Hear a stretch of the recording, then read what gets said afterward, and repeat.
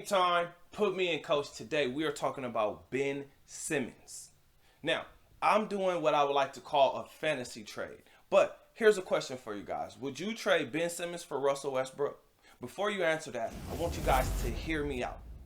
And I want to know if you agree or if you disagree with what I have to say on this topic. See, a guy like Russell Westbrook, wait, before we get into this topic, I need you guys to do me a huge favor.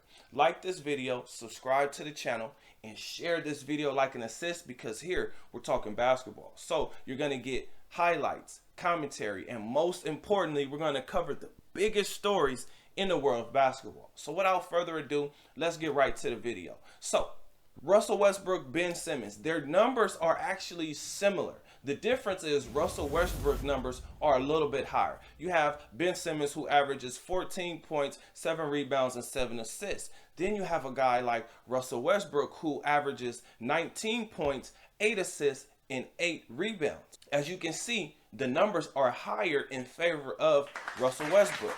Now, I know what everybody's going to say. Russell Westbrook misses a lot of shots and he turns the ball over. Well, that is true.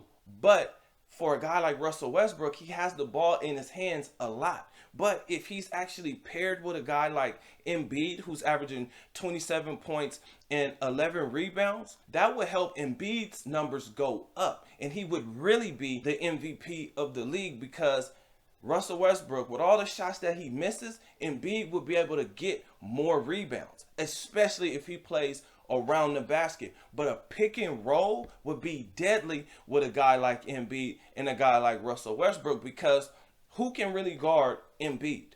And then if you can kind of guard Embiid, who can guard Russell Westbrook coming downhill at you super fast?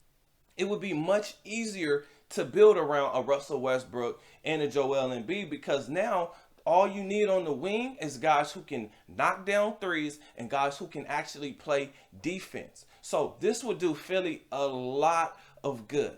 In fact, the Philly fans would love Russell Westbrook because, number one, he plays every single night. He had energy and effort every single night. I remember him playing for my Lakers, and they tried to put him in healthy safety protocols. I even heard they announced that he was in health and safety protocols. And then I saw him playing in the game, which means he clearly passed whatever test he needed. Russell Westbrook plays every single game. So he's not going to cheat you with energy and effort. What you're going to have to do is tone him down a little bit. Get him to understand that, hey, our main option is Joel Embiid. But you're now the second option, which I believe Russell Westbrook would actually flourish in. And then we may actually see a better version of Russell Westbrook, because he'll understand that, hey, now I can speed up my game, but I can actually slow it down, because we got to get the ball to the big guy, one of the most dominant centers in the NBA today. Now, when we're talking about a guy like Ben Simmons, the reason this would be great for the Lakers is simply because Ben Simmons is a young star who plays similar to Magic Johnson, and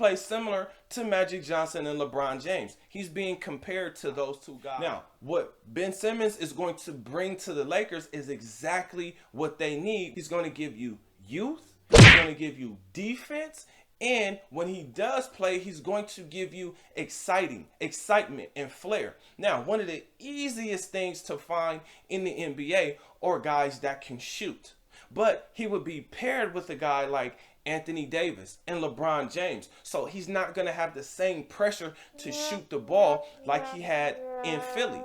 Plus, the Sixers are in danger. They're in danger because this is going to look like a teardown situation. And the reason I'm saying that is because how many games is Joel Embiid actually going to play where he's an MVP type of player?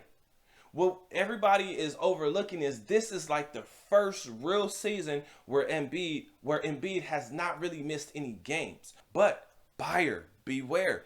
Embiid would have actually went number 1 in his draft, but he came in injured. It would be easier for the Sixers to go and find some D&3 guys like a Cam Reddish, I don't know what the Hawks were thinking. Those guys are a little bit easier to find. There's a lot of 6'8" guys who can run up and down the court that are young and athletic.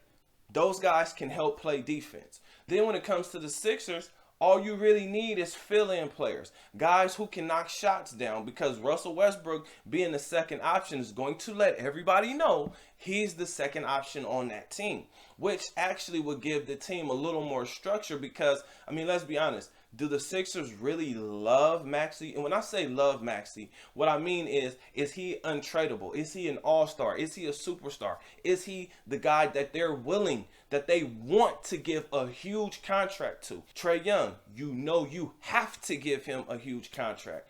James Harden, same thing. You have to give him a huge contract. The Sixers are in trouble because when looking for another guard to actually trade for, well, let's just see what all-star guards are actually available. There's Ja, there's Steph, there's Donovan Mitchell, Chris Paul, Devin Booker, aronFox, and D'Lo. And I know D'Lo and aronFox are not all-stars, but I see them as guys that are teetering great point guards. If you look at the Eastern Conference, you have Lonzo Ball, LaMelo Ball, Zach LaVine, DeMar DeRozan, James Harden. I forgot Damian Lillard, Brogdon, Jaylen Brown, and Bradley Beal. But out of all of those guys, which team is more willing to trade their player for Ben Simmons? Which means you're going to have to go and get shooters.